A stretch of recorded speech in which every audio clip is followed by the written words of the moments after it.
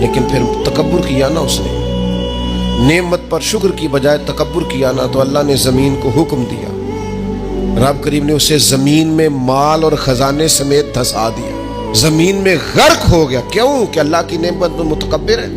جس سے نعمتیں چلی جاتی ہیں وہ تکبر ہے۔ تکبر صرف ایک ذات کو زیبا ہے، متکبر صرف ایک ہے، وہ اللہ ہے۔ اللہ کی شان ہے کہ وہ متکبر ہے۔ پڑھا نا سورہ حشر میں اس کا ایک صفاتی نام یہ ہے کہ وہ، کیوں؟ اس لیے کہ اس سے بڑا ہی کوئی نہیں، سارے چھوٹے ہیں تو وہ اکبر ہے۔ تو ہم سے تو بڑے ہی بڑے ہیں نا، بلکہ میرے جیسے بندے سے تو سارے بڑے ہیں نا۔ اب کرنا کیا ہے؟ عاجزی۔ نعمتیں ملے تو بندے میں عاجزی آئے۔ وہ یہ نہ کہتا پھر شکر ہے جی اللہ کا بڑا فضل ہے جی، 300 بندے کو رمضان میں راشن بانٹتا ہوں، شکر ہے اللہ کا جی، غریبوں کی مدد کرتا ہوں، میں نے جی ساری زندگی بہن بھائیوں کا بڑا۔ یہ شکر نہیں کر رہے آپ، یہ آپ بڑھوتری بیان کر رہے ہیں، تکبر نہیں۔ ڈھیر سارے لوگ ہیں جن کے پاس پیسہ آیا رویہ بدل گیا، اقتدار آیا رویہ بدل گیا، 4 دن تازگی آئی رویہ بدل گیا، حالات بدل گئے۔ اگر آپ ناراض نہ ہوں تو جب تک دکھ تھے تسبیح بھی چل رہی تھی، جب تک تکلیف تھی سجدے بھی ہو رہے تھے، آسانی ہوئی ہے تو سب بھول گئے، یاد ہی نہیں رہا۔ میرے عزیزو یاد رکھنا کہ تکبر نہیں، اللہ کی نعمت پر کبھی تکبر نہیں، ہمیشہ عاجزی، جھک جانا۔ اور یار روب اور دبدبا تو حضرت عمر کا تھا نا، 24 لاکھ مربع میل پہ حکومت تھی، دنیا ڈرتی تھی، امن تھا، عمر ہوتی تھی دنیا میں، اور عمر باغ میں کھڑے ہو کے کہتے تھے اچھا خطاب کا بیٹا اور امیر المومنین، اچھا اب تو امیر بن گیا ہے، یاد رکھنا، خود اپنے آپ سے خطاب کر، یاد رکھنا صحیح چلنا، ورنہ قیامت میں رب کا سامنا نہیں کر سکے گا تو۔ اپنے آپ سے خود احتسابی۔ تکبر سے نعمتیں چلی جاتی ہیں، زوال نعمت ہوتا ہے۔ ایک خاتون ہے بڑی نیک، تاریخ میں گزری ہیں، تو وہ کہتی ہیں کہ میں ایک جگہ بیاہی گئی، میری پہلی شادی ہوئی ایک جگہ پہ، تو دروازے پہ کوئی بھیک مانگنے والا آیا اور اس کی حالت بڑی خستہ تھی، تو میرے شوہر نے نا اسے ڈانٹ دیا۔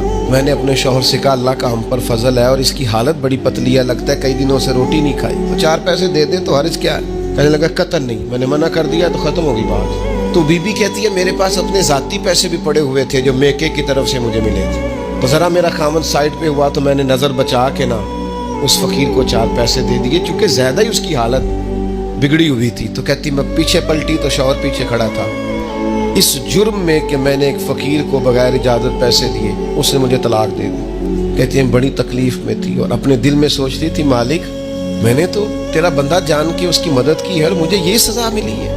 فرماتی ہیں عدت گزر گئی، میرا والد پریشان تھا، پھر ایک رشتہ آیا، میرا نکاح ہو گیا، لیکن اللہ نے مجھے اتنا اچھا شوہر دیا، اتنا نیک شوہر دیا، اتنا کمال آدمی۔ فَإِنَّ مَعَ الْعُسْرِ يُسْرًا إِنَّ مَعَ الْعُسْرِ يُسْرًا، مشکل کے بعد اللہ آسانی دیتا ہے۔ کمال شوہر اللہ نے مجھے دیا، نیک، صالح، محبت کرنے والا۔ فرماتی ہیں اسی طرح میں ایک دن اپنے شوہر کے ساتھ بیٹھی تھی، دروازے پہ دستک ہوئی تو میں شوق میں اٹھی، اپنے شوہر سے کہا میں دے کے آؤں؟ فقیر کو کہنے لگا جتنا مرضی دے دو۔ کہتے ہیں دروازے پہ گئی تو میری چیخ نکل گئی، اس لیے کہ دروازے پہ جو مانگنے آیا وہ میرا پہلا شوہر تھا۔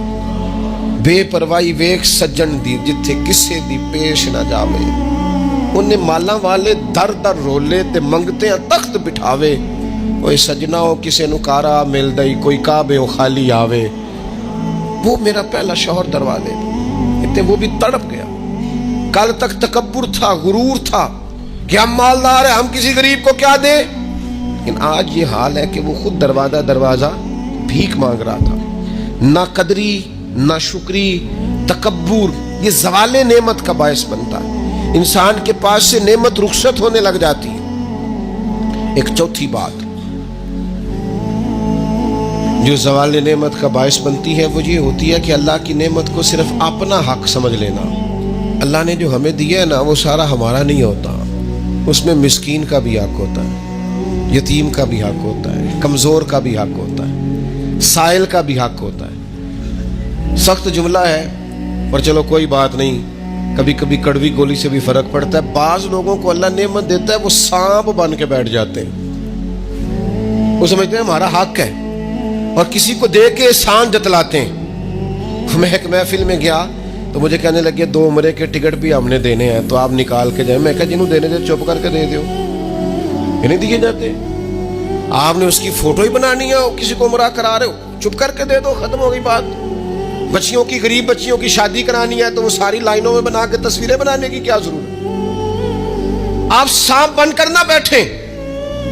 اللہ نے جو نعمت دی ہے, اور مشکات میں حدیث ہے, حضور علیہ السلام نے فرمایا رب تمہیں جو رزق دیتا ہے تمہارے ضعیف اور کمزور لوگوں کی برکت سے عطا کرتا ہے. تو ان کی برکت سے تو تمہیں مل رہا ہے, اور تم تکبر کرتے جا رہے ہو, غرور کر رہے ہو, اور تم کہتے ہو نہیں یہ میرا حق تھا.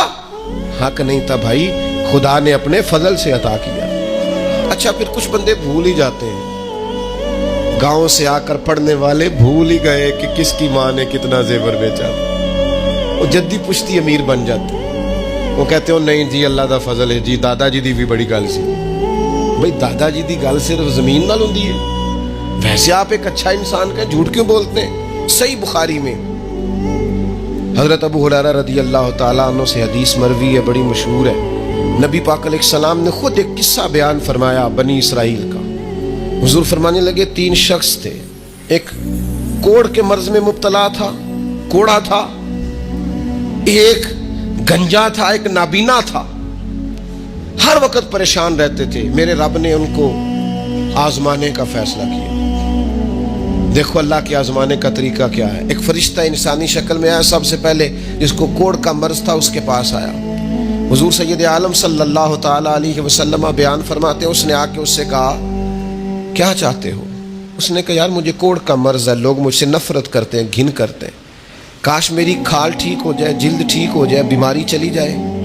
تو فرشتے نے ہاتھ پھیرا, اللہ نے شفا عطا کر دی. شفا کس نے دی؟ ہاتھ کس نے پھیرا؟ کوئی عرض نہیں, اگر کسی وقت کوئی بزرگ دم کر دے, ہاتھ پھیر دے تو شفا اللہ ہی دیتا ہے. بخاری میں موجود ہے جو روایت درس کر رہا ہوں. فرشتے نے ہاتھ پھیرا, اللہ نے. اب فرشتہ اس سے پوچھتا ہے پسند کیا ہے, مال کون سا پسند ہے؟ کہنے لگا اونٹ بڑے پسند ہے. تو فرشتے نے ایک حاملہ اونٹنی اسے دی اور برکت کی دعا بھی دی. اب فرشتہ آیا گنجے کے پاس, جناب کیا چاہتے ہیں؟ اس نے کہا میں گنجا ہوں, سر پہ بال نہیں ہے, اس کی وجہ سے چہرے پہ کوئی حسن بھی نہیں ہے, لوگ گھن کرتے ہیں, کبھی میرے بال آ جائے نا. فرشتے نے ہاتھ پھیرا, بال اللہ نے عطا کیے, اس کو شفا ہو گئی. اب فرشتے نے اس سے کہا کہ مال کون سا پسند ہے؟ کہنے لگا گائے بڑی پسند ہے. فرشتے نے اس کو نے ایک حاملہ گائے دی اور برکت کی دعا بھی دی.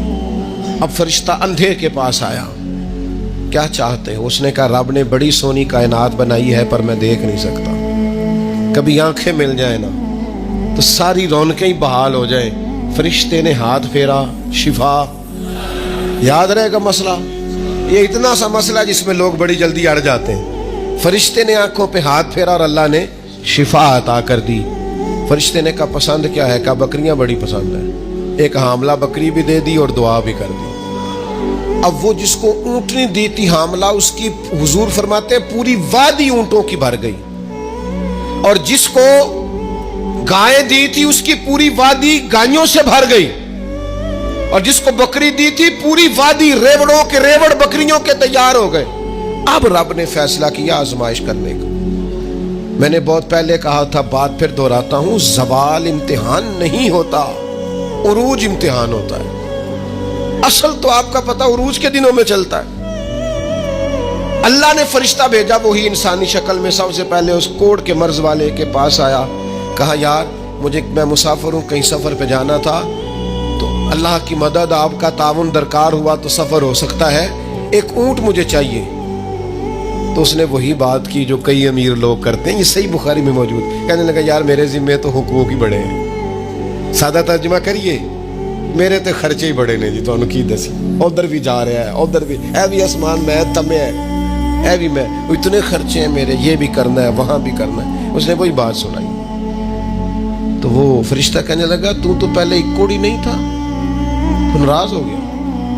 کہنے لگا میں تو جدی پشتی رئیس اعظم ہوں, باپ دادا کی جائیداد ہے ساری جو مجھے ملی ہوئی. اس نے کہا اگر تو جھوٹا ہے نا تو اللہ کرے اسی طرح کا ہو جائے جس طرح کا پہلے تھا.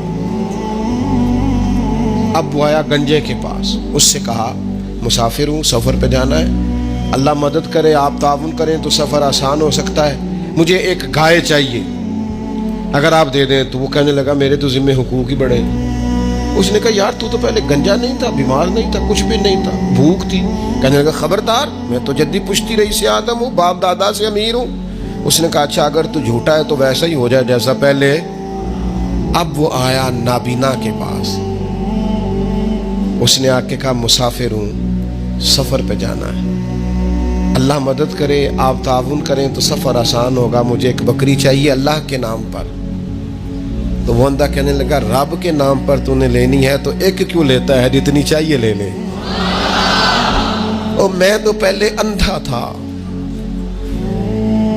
میں مسکین پرانا خادم، کسے در ملی نہ ٹوئی، ایتے واصف یار نے نظر جو کی تھی، تے واصف شروع سے پڑھتے ہیں، سے ثبوت نہ پوچھو میں تو، بھلا نظر کرم قد ہوئی، اے میں جانا یا دل بر جانے، غیر نہ جانے کوئی، میں مسکین پرانا خادم، کسے در ملی نہ ٹوئی، ایتے واصف یار نے نظر جو کی تھی، تے واصف ہی ہوئی۔